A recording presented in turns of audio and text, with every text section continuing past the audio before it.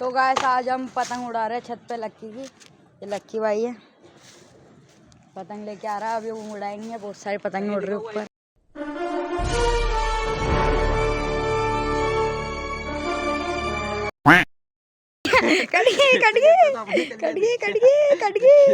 कटिए ये लपेटो। अबे साले। गाइस हमारी पतंग यहाँ पे उड़ चुकी है, एक और नई वाली न्यू लाया हम।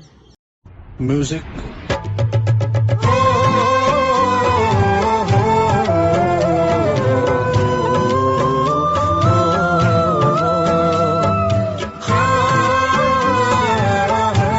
दो पतंग कटाने के बाद हम यहाँ आती, एक इसको रिपेयर करने की कोशिश करती। ये पतंग ही फटी निकलती क्या?